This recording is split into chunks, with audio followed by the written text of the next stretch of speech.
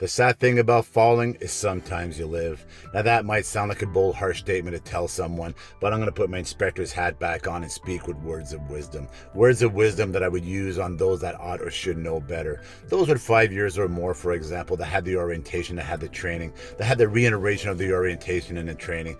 Those that had great employers and great general contractors that did everything reasonably possible for the protection of the worker.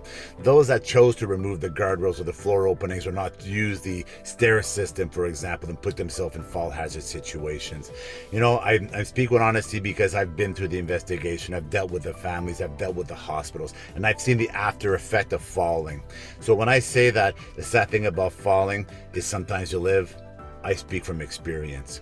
And I'm going to tell you, as a man that also owns construction companies and worked the system 28 years in governance, my last 14 years as an inspector, administrative labor, we have some onus on the workers under the Occupational Health and Safety Act and regulation, but we don't have enough emphasis on the workers' responsibility. We tend to go after the wallets of the employers or the general contractors, but as I represent companies in Ottawa. And when I speak to the workers, I tell them I represent the company, but for the betterment of everyone.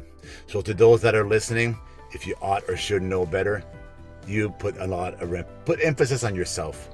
Put emphasis on yourself and put a check on the system. And if everybody participated, there'd be a hell of a lot less accidents in the workplace.